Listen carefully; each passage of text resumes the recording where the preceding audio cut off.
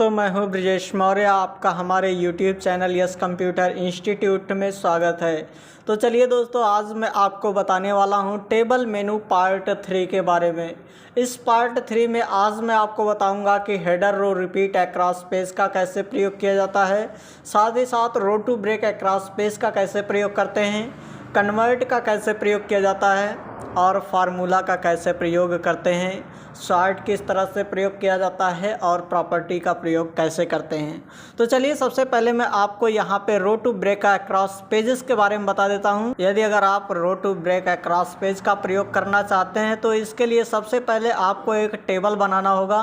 और ये रो to across page आपका तभी काम करेगा जब आपका टेबल एक पेज से अधिक होगा। और ये एक पेज से अधिक का मतलब, जैसे यहाँ पे मैंने आप देख सकते हैं कि एक टेबल बनाया हूँ। ये टेबल आप देख सकते हैं कि एक पेज से अधिक है। लेकिन यदि अगर हम यहाँ पे ये जो पहला पेज है, इस पहले पेज के आखिरी सेल में जैसे ही हम यहाँ पे कोई टेक्स्ट लिखते हैं, जैसे मैंने यस कंप्यूटर लिखा है, इसके बाद यहाँ पे इंस्टीट्यूट लिख देता हूँ।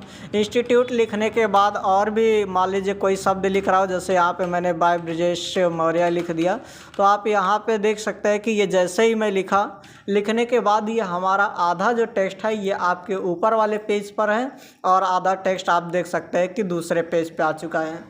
इसका मतलब ये होता है कि अगर हम इस पेज को प्रिंट करेंगे तो प्रिंट करने के बाद आपको ये जो शब्द हैं ये दूसरे पेज पर आएंगे और ये शब्द हमें दूसरे पेज पे मिलेंगे। तो इस तरह से आप अगर नहीं चाहते, आप चाहते कि जब भी हमें ये टेक्स्ट जो है हमें एक ही सेल में मिलना चाहिए, या तो ऊपर वाले पेज पर मिले अथवा नीचे वाले पेज पर। ये आपको जानना बहुत ही बेहद ज़रूरी होता है, क्योंकि अगर आप ये नहीं जानते तो आपके लिए जो पेज होता है ये आधा आपको ख़राब की तरह से दिख सकता है। तो आप इनको जानिए कि किस तरह से हम इन दोनों टेक्स्ट को एक ही पेज पर दिखा सकते हैं। बस इसके लिए आपको कुछ और नहीं करना होता है, बस आपको यहाँ पे टेबल पे जाना है और टेबल मेनू पे जाने के बाद यहाँ पे रो टू ब्रेक अक्रॉस पेजेस पे क्लिक करना है। जैसे ही आप इस पर क्लिक करेंगे, क्लिक करने के बाद आप ये देख सकते हैं कि हमारा ये जो लिखा हुआ था yes computer institute by Brajesh Maurya, ये आप देख सकते हैं कि ऊपर से ये नीचे चला जा चुका है। यानी ये जो आपका सेल था ये यहाँ से टूट करके हमें निचले वाले पेज पर यानी दूसरे पेज पर पूरी तरह से एडजस्ट हो चुका है। तो इस तरह से आप यहाँ से टेबल पर जा करके यहाँ पे रो टू ब्रेक अक्रॉस पेजेस का प्रयोग कर सकते हैं। यदि अगर आप इस पे सही का निशान लगा देते हैं तो ये आपका यहाँ पे आधा पिछले पेज पर होगा और आधा अगले पेज पर इस तरह से सेटलमेंट हो जाएगा। तो जैसा भी आप इसकी सेटअप चाहते हैं उस तरह से कर सकते हैं, जैसा भी आप करना चाहें बस आप यहाँ से टेबल पे जा करके कर सकते हैं। आइए मैं आपको यहाँ से header row repeat across pages के बारे में बता देता हूँ कि किस तरह से आप टेबल पे जाने के बाद header row repeat across page का प्रयोग करते हैं। यदि अगर आपका टेबल एक पेज से अधिक हो और आप यहाँ पे जो टेबल में दी गई हेडिंग होती है, अगर आप इस हेडिंग को नेक्स्ट पेज पर भी अप्लाई करना चाहते हैं यानी इस वाले पेज पर भी अप्लाई करना चाहते हैं, तो इसके लिए यहाँ पे जो हेडिंग दी गई है बार बार आपको लिखना ना पड़े। ये जितने भी पेज आप बनाते जाए, टेबल बनाते जाएं, ये आपका हेडिंग हर एक पेज के टॉप पर दिखाई दे। इसके लिए आप यहाँ से टेबल पर जा करके यहाँ से हेडर रोज रिपीट अक्रॉस पेजेस का प्रयोग करेंगे। और इसका प्रयोग करने के लिए सबसे पहले आपको उस रो को सेलेक्ट करना होगा जिसे आप बार बार रिपीट करवाना चाहते हैं। रिपीट करवाने के लिए आपको यहाँ पे इस रो के पहले आप जाएंगे, जब आपका माउस पॉइंटर इस तरह से एरो के रूप में बदलेगा बस आप उसी पे क्लिक करेंगे। क्लिक करने के बाद आप ये देख सकते हैं कि ये हमारी पहली रो सेलेक्ट हो चुकी है।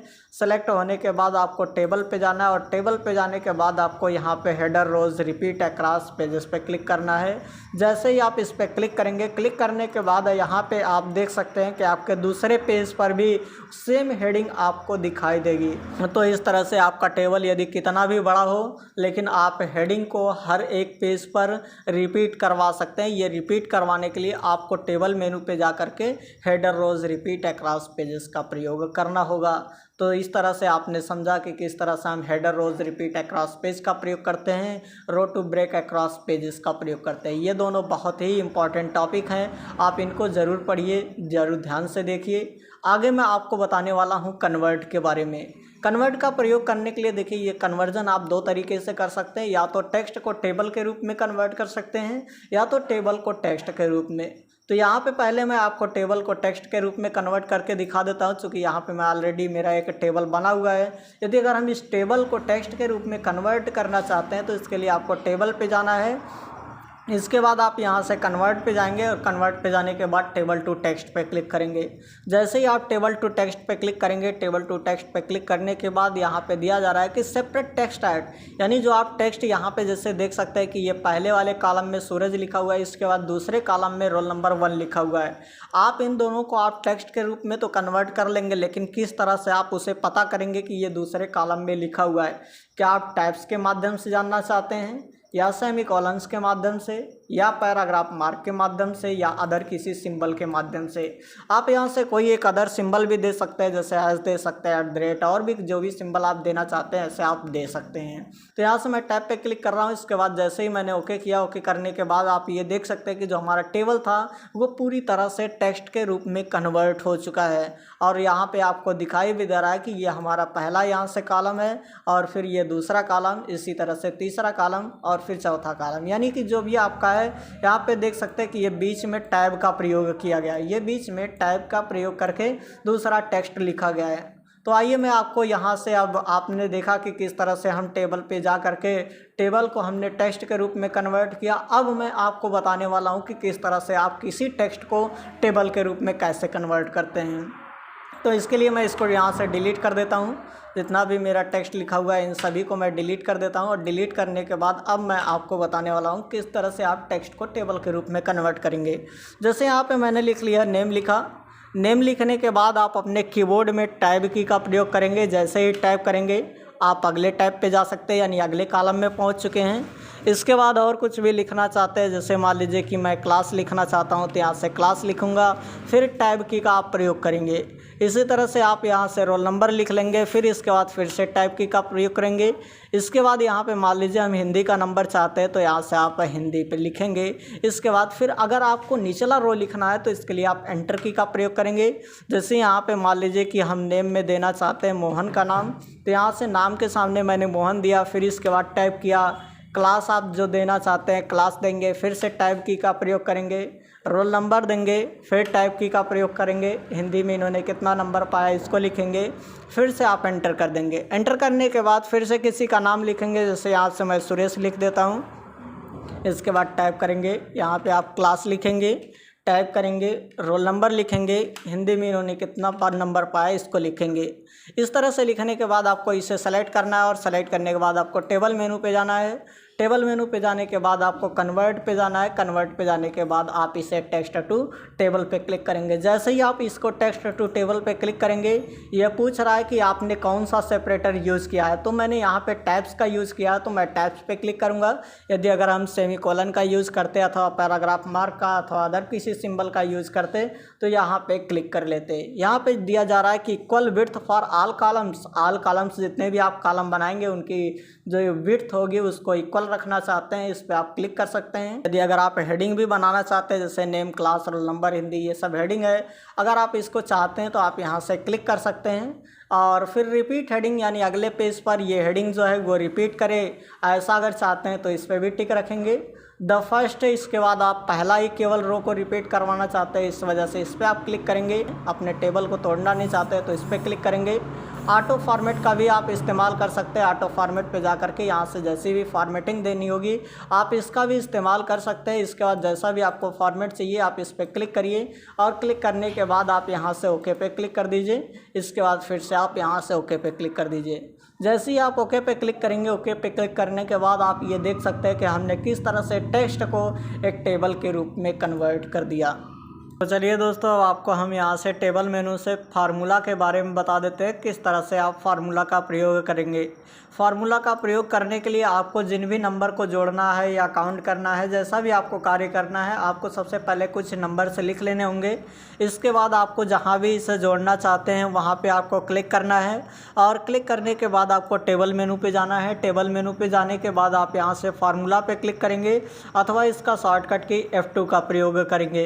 ये SSC की परीक्षाओं में पूछा जाता है कि फार्मूला का शॉर्टकट की क्या होता है, तो आप यहाँ से जान सकते हैं कि F2 की होती है। जैसे ही आप इस पर क्लिक करेंगे, क्लिक करने के बाद आपके सामने यहाँ से फार्मूला बार आ जाएगा। इस फार्मूला बार में यहाँ पे आप देख सकते हैं इक्वल साइन ऑलरेडी लगी हुई है, चूँकि हर एक फार्मूला इक्वल से ही आरंभ होते हैं। इसके बाद आपको यहाँ पे जो भी फार्मूला लगाना है उस फार्मूले को लिखेंगे। फार्मूला लिखने के बाद आप ब्रैकेट लगाएंगे। ब्रैकेट लगाने के बाद आपको जिस भी नंबर को जोड़ना है आप उसे इस तरह से सेलेक्ट कर लेंगे। जैसे हमें हिंदी, इंग्लिश और मैथ के नंबर को जोड़ना है तो मैं इसे इस तरीके से सेलेक्ट कर लिया, और सेलेक्ट करने के बाद आप ब्रैकेट क्लोज करेंगे और एंटर कर देंगे।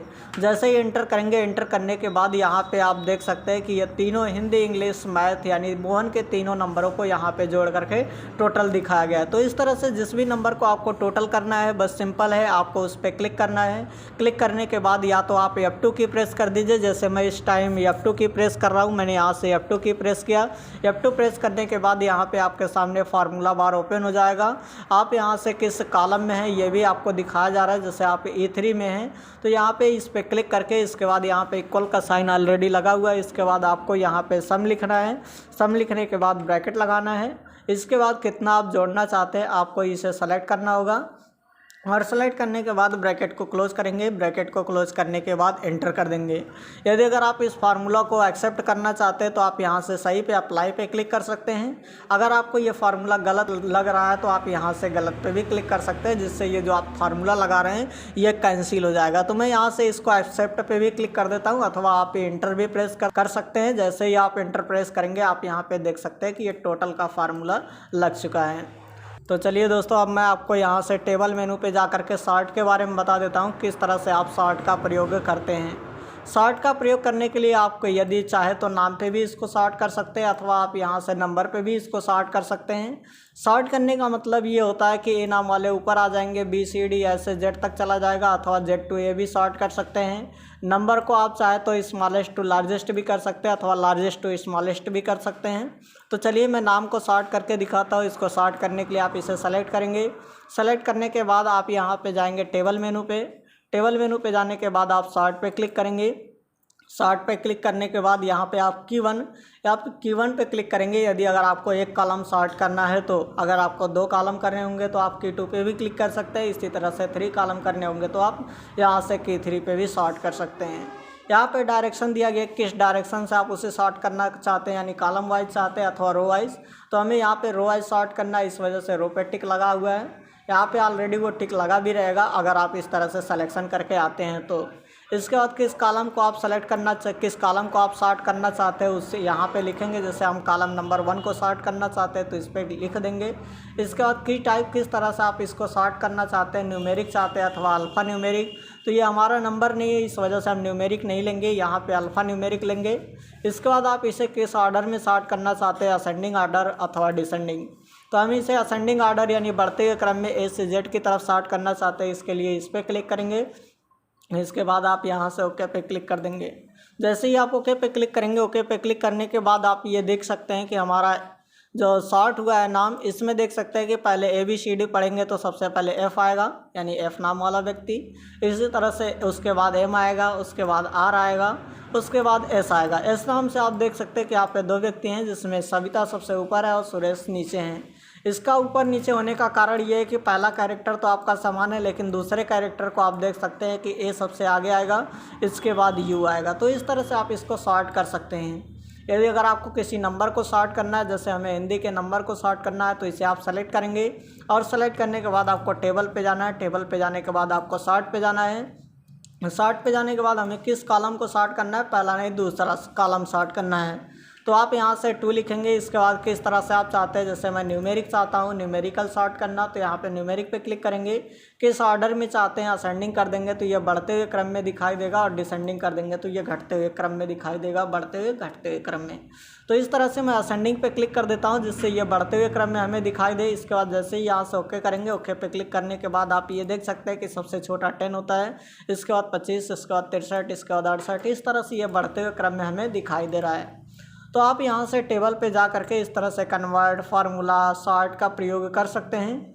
आइए मैं आपको प्रॉपर्टी के बारे में बता देता हूँ किस तरह से आप प्रॉपर्टी का प्रयोग करेंगे। जैसे मैं इस टेबल को पूरा सेलेक्ट कर लेता हूँ। सेलेक्ट करने के बाद आपको टेबल पे जाना है। टेबल पे जाने के बाद प्रॉपर्टी पे जाने के बाद यहाँ पे देख सकते हैं टेबल प्रॉपर्टी में बैकग्राउंड की सेटिंग दी गई है।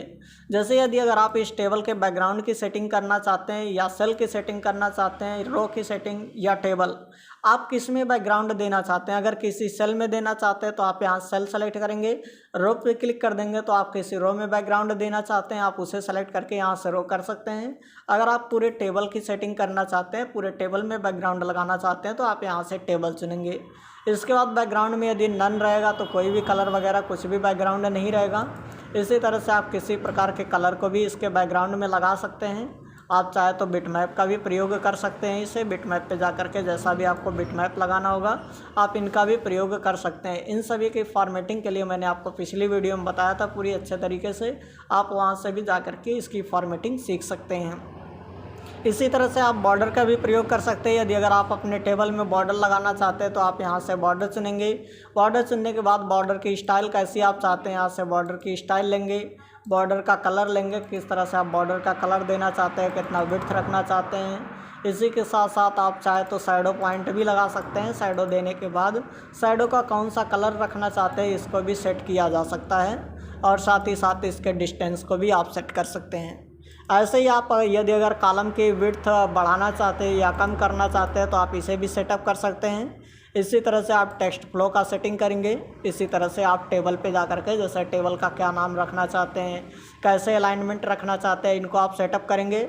इसके बाद यहाँ से आप ओके पे क्लिक कर देंगे। जैसे ही ओके पे क्लिक करेंगे, ओके पे क्लिक करने के बाद आप ये देख सकते हैं कि जो हमारा टेबल है ये पूरी, तो इस तरह से आप टेबल मेनू पे जा करके इन सभी कमांड का उपयोग कर सकते हैं। तो आज आपने सीखा कि किस तरह से हमने header row repeat across page का प्रयोग किया, कैसे row to break across page का प्रयोग हमने किया, कन्वर्ट पेज का कैसे प्रयोग किया, फार्मूला का किस तरह से प्रयोग किया, मैंने शॉर्ट कैसे किया, प्रॉपर्टी का प्रयोग कैसे किया गया। इस तरह से अगर आप और भी वीडियो चाहते हैं फॉर्म मेनू के बारे में, टूल्स मेनू के बारे में, विंडो एंड हेल्प मेनू के बारे में और भी अगर आप वीडियोज़ चाहते हैं तो आप हमारे चैनल को सब्सक्राइब रखिए ताकि आने वाली वीडियो की नोटिफिकेशन आपको मिलती रहे। जय हिंद, नमस्कार दोस्तों।